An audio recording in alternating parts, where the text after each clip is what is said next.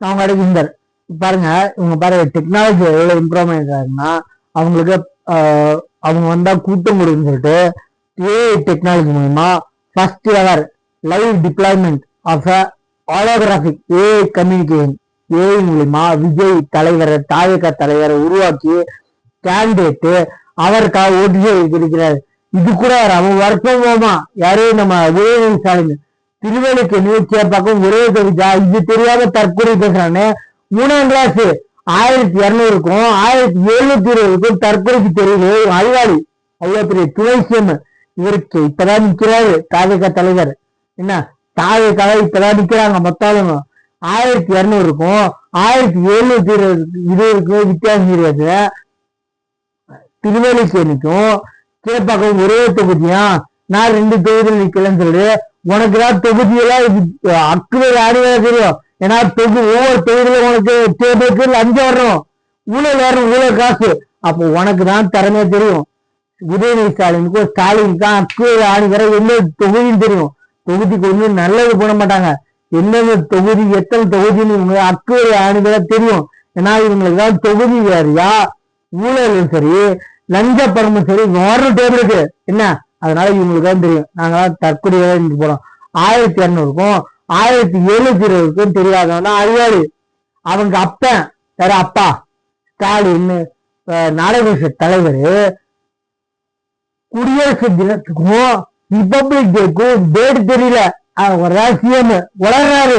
October 15ங்கிறாரு, August 25ங்கிறாரு, June 25ங்கிறாரு, அக்கமுக்காரு ஆங்கிறாரு. அவர் தான் நாட்டோட தமிழ்நாடு சிஎம். என்ன இவங்களாம் அறிவாளி. தொகுதிய திருவேலிக்கேணிக்கு சேப்பாக்கத்துக்கு தெரியாதா? எங்களுக்கு தெரியாதுடா.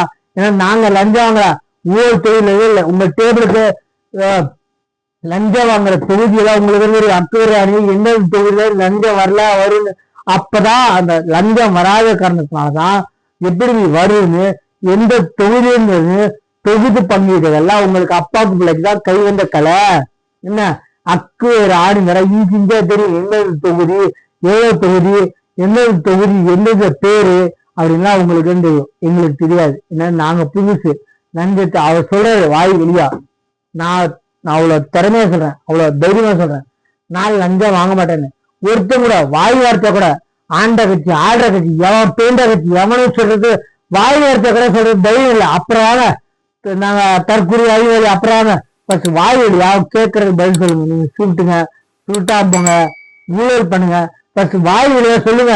நாங்க இது வரைக்கும் திருடல ஊழல் பண்ணல இனிமேலே செய்ய மாட்டேன்னு ஒரு வார்த்தை சொல்றீங்களா?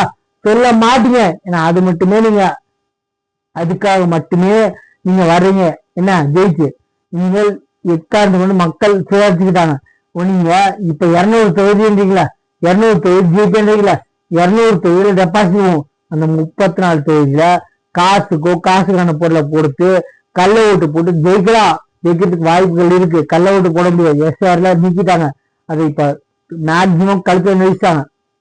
அந்த மாதிரி கள்ள ஓட்டு போட முடியாது. சரிங்களா?